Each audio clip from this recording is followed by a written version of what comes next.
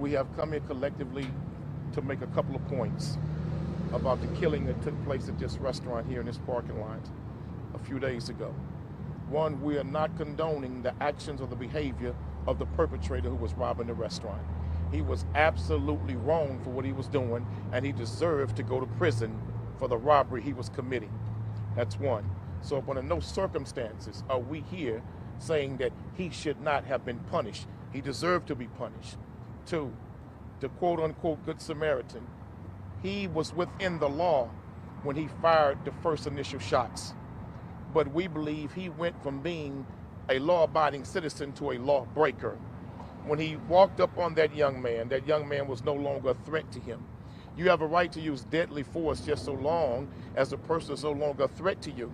When he walks up on that young man was no longer a threat, and according to the witnesses, the gun had slid to the left of the young man's body. He stood over the young man and shot him multiple times over and over again when he was no longer a threat. He takes the young man's gun, goes back to the counter with it, and as he's leaving, shoots him in the head as he's leaving. Then he leaves and doesn't call 911. He doesn't wait for the police. He leaves the property. That man went from being a law-abiding citizen to now committing criminal acts and criminal crimes. We believe, and I believe, that he should be charged with something, because we cannot have a society where our citizens are judge, jury, and executioner. Based on that man's behavior, we don't need a criminal justice courthouse. We don't need judges. We don't need prosecutors. We don't need the police. We don't even need prisons. He went way too far. He had a right to defend himself. He had a right to protect himself. He had a right to use deadly force, but he went beyond that. And he stood over that young man and pumped bullets after bullets after bullets into him. That's overkill. That's no longer self-defense. So I believe that the Harris County District Attorney's Office should make sure that a grand jury returns a criminal indictment for some type of criminal charge in this case. Exactly what it's going to be and what it should be, I'm not sure. But I know for a fact this was not just a simple act of a good citizen defending himself. When he shot that young man and that gun had slid to the side and the young man was laying on the floor no longer moving, he poses no longer any type of threat. There was no justification to walk up on him and pump multiple shots, then leave with the weapon and come back and shoot him in the head again. That's too much. That's overkill. And so we believe he should be charged with some type of crime. And we believe that the grand jury should send a message that we cannot have citizens being judge, jury, and executioner. This case is similar to one I protested years ago. Mr. Joe Horn in Pasadena conducted himself similar to this case. He didn't have to do what he did, but he took the law into his own hand and executed two black men in this neighborhood in the street in front of his home, and yet the burglars were even burglarizing his house. This has gone too far. We live in a society where everybody can open carry, all right? But do we really want people continuously shooting bullets into people that's no longer posing a threat? I would hope not. Dr. Matthews. Dr. Candace Matthews, I'm the National Minister of Politics for the New Black Panther Nation. And basically, I'm here to state I am a handgun owner, okay? There are processes that has to be done when you are dealing with anything that deals with a deadly threat. You do not, I repeat, you do not go and shoot someone over and over when they are no longer a threat. What you supposed to have done was that he was actually in the clear for a justified kill by shooting him like he did the first time, where he was no longer a threat, and then turn right back around, remove the gun, put the gun on the counter, and then he was supposed to call law enforcement. That's not what he done. He turned around, he shot the man, took the gun, put it on the counter, then came back, shot him repeatedly, and then turned around and shot him execution style, and then walked off. That's not how that's supposed to go, according to the Texas Penal Code. So I had to go back and look at this. And I want to send a message to all of our handgun license owners, or the ones that actually hold a gun. Do not put yourself in a situation where you can become an actual criminal because you're trying to defuse a deadly threat situation. According to this Texas Penal Code, it says Texas Penal Code Chapter 9.32, deadly force in defense of a person. A person is justified in using deadly force against another. 1. If the actor would be justified in using force against the other under Section 931. And 2, when and the degree of the actor reasonably believe that deadly force is immediately necessary. A. To protect the actor against the other use or attempt the use of unlawful deadly force, or to prevent the others from imminent commission of aggravated kidnapping, murder, sexual assault, aggravated sexual assault, robbery, or aggravated robbery. So when he shot him the first time like he did, he was well within this law. But when he turned right back around and went directly and shot him again, now you have made yourself an actual criminal. So no, you are not considered as a good Samaritan, sir. And you know, it was certain things that was brought to us that was saying that he was scared and things like that. But when you are in the heat of the moment, that was the purpose of the training. This is why they train you for over 8 hours on how and when to use deadly force with being a gun license holder. So I say this again for everyone that's holding a gun. This is not the OK Corral. And just like Brother Quanell said, you do not have the right to be the judge, the jury, and the executioner. That is the purpose why we have the judicial system. Because everybody deserves a right, regardless of how that crime is, to have a day in court. So again, follow the law. Don't break it. We'll not take any questions. How the family's doing. The mother and father and the family is really struggling with this case. This young man has had a lot of problems. This young man has been a problem to his family, his parents, for a long time. And they understand how this was brought upon himself, but they're angry at the level of force that was used, the continual use of deadly force when her child was already dead in her eyes. You can see the young man laying on the ground, motionless.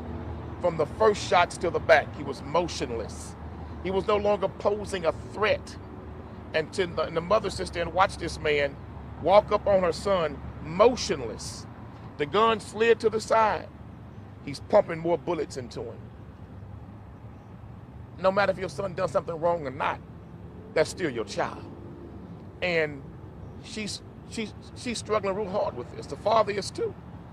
And they believe that this was not necessary. This was too much use of force. They're not condemning the man for protecting himself, but they're believing, and I believe, and we believe, he went too far. When you pumped the bullets in that man to prove that he was no longer a threat, when the man picked up his gun, he turned his back to him and walked to the counter in peace. So if you turn your back to the man, he's already on the floor dead, you're saying he's no longer a threat to you. When you picked up his weapon, he ain't got no more weapon. You turn your back to him, now you walk to the counter. How does it justify as you leaving, pop? That's excessive. Come on, that's excessive. That's ridiculous. This man is no longer posing a threat. Give you an example. If that was a police officer that came in that restaurant and engaged that suspect and shot him multiple times in the back, then walked up on the suspect, his gun slid to the side, and shot him multiple times on the ground. That same police officer picks that gun up, goes back to the counter, and he's walking back out the door to a squad car, he shoots him in the head again. What would everybody be saying? What would everybody be saying? There would be an outcry. This man was wrong for robbing that restaurant, and he deserved to go to prison. He deserved to go to prison. The man was not wrong for the initial shots. He was wrong for the continual shooting when the man was dead, in my opinion, and no longer posing a threat. That's excessive. We cannot allow the message to go out in Harris County that that's the way we can do things. If you're the victim of a crime, of a robbery, you can kill like that. That's too much. Yes. So he had the right to use deadly force. We all agree on that. Yes. He had the right to kill the guy. some people could say, so what's the difference if the guy is dead? If he keeps shooting, what difference does it make? Because at the least it's called abuse of a corpse. That's a misdemeanor crime in Harris County. You cannot shoot somebody who's no longer a threat to you. Even if he was alive, but he was no longer posing a threat, you can't shoot him anymore. If he's dead, that can say, well, now if he's dead, no longer posing a threat, just go ahead and empty your clip. Walk away, then come back and do it again. What the hell is that saying? You can't do that. That's not that. This is a civilized society. This looks like Tombstone. This is OK Corral. We killing like that. That's too much. We're not knocking the man for defending himself, but we're knocking the man for what he did extra beyond that. And remember, he left the scene. He didn't stay. He was supposed to call law He enforcement. took off. Yeah. He was supposed to call law enforcement. Then came back when he got ready. Yeah. No. Let's be clear. Hell, he didn't even come back. They had to look for him so they could talk to him. The man didn't even stay in. He left. They had to go look for him. They was asking for the public help. Can we identify this man? That's not the behavior of a man who was a law-abiding citizen just defending himself. He could have went down the street and called 911 if he was afraid. I'm in the parking lot down the street, I'm calling 911, this happened. He didn't do all that. He went too far, sir. Yes, any other questions? This is a story that has gained national attention, and a lot of people are waiting to see what's going to happen next. What message will it send if he doesn't face any criminal charges, and what message will it send if he does to the community and other handgun owners? If he is charged, I think it sends a message that you have a right to use deadly force just so long as the person is no longer posing a threat to you. And follow the law. What the law states. If he is not, this is going to open the door in Harris County for some wild stuff. Wild West. And then what people are going to say is, you didn't indict him. That's right. How can you indict me? Next one, we're going to have somebody who was still in somebody's car, and they caught him and shot him. And the man laying on the ground. Walk away, come back outside, walk up again, shoot him some more. How are we going to say that man's wrong? We cannot, look, there's something called excessive use of force with police officers. This was absolute excessive use of deadly force. This was too much. How can any of us explain the man picked the gun up, walked to the counter, put it on the counter, and they just walk out, shoot him again? Really? Then you leave? Don't even wait to give a statement? You talk to the cops when you get ready? Is that what we're saying now? That you can do it like that? You ain't got to remain at the scene, you can leave, and you talk to the cops when you get ready. Is that the message we're sending in Harris County? I think the law does say that a person is able to leave the scene if they believe that law enforcement will find out some way, whether that's through witnesses or they believe that the police will get called or something. I didn't see the law like that. No. I've been told that one. I've been told that one. That's not. I was told that a interpreted person could leave the scene if they feel threatened, right. that they're in danger, they can leave the scene. But it was no There's longer. also the law that if they believe that others will call 911, somehow law enforcement will be involved in that call, learned about it, then they are free to. Well, let me say this. That's not what they told That's us. even worse. That law needs to be changed if that's the law. Yeah. Because now I can kill somebody, At least. and I can just assume somebody will call them and tell them who I am eventually. I'm out of here. Right. That's what we're doing now? Right. That's how we rolling in Texas? Well, To where we can make the assumption that somebody gonna tell them who I am? Oh, they'll find out later. I'll talk to them later. That's what we doing now? because they don't even teach. They don't even teach you that in the handgun class, the handgun license class. They do not teach you that. What they teach you is that when you have neutralized the threat, you have to call law enforcement. Now, you don't have to be standing next to the person, but you have to be on those premises, or otherwise you can be charged. That's what they told us. And that is exactly what they teach in the concealed handgun license class. I've taken that same class. And the most in-depth part of the class is when you use deadly force, when you use that weapon. That's the most in-depth part of the class. You're not allowed to leave the scene. And it's 4 hours of deadly force training. 4 hours out of 8.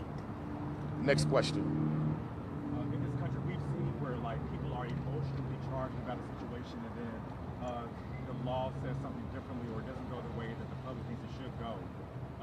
If like piggyback on that question, if that does happen in this case, do you think laws need to be changed in this state, or what? It appears to me that the law that is given to concealed gun hand carriers should be the same law that is given to those who open carry, because that's what this man was doing. He was open carrying. You understand? So open carry's law should apply to also those who carry concealed handgun license laws, the same as it was. So we don't have concealed gun hand license anymore like that. You got open carry. So when did the law change about how you conduct yourself? That's excessive, that's too much, and I'm telling you, in the world of videos, and everybody got a video today, that means that if I'm in a fight, and they take a stick, and they swinging a stick at me, I can shoot them, I can use deadly force.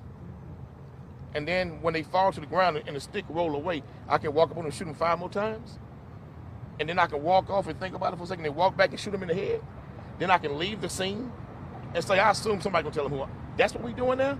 The law can't be that crazy. So if it is, it needs to be changed. Well, I tell you what, we are in legislative session now, so that will be something that I will bring when I be in Austin, as a matter of fact, on next week.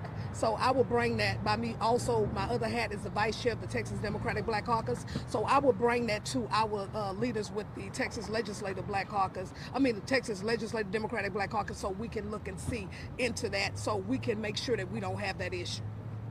If that's the law and how it reads, it needs to be tightened up. It needs to be what the law is with concealed handgun carriers. That's just too much. Any more questions? And the guy, the customer, his defense attorney may argue that the suspect, he has a criminal history. He was convicted for aggravated assault with a deadly weapon, assault on a family member. So how would you respond to him using that in this case? And I would say to that criminal defense attorney, if that is your defense, then I will take a playbook from defense attorneys. My client did not know that when you engaged him with deadly force. You did not know his criminal history before you shot him.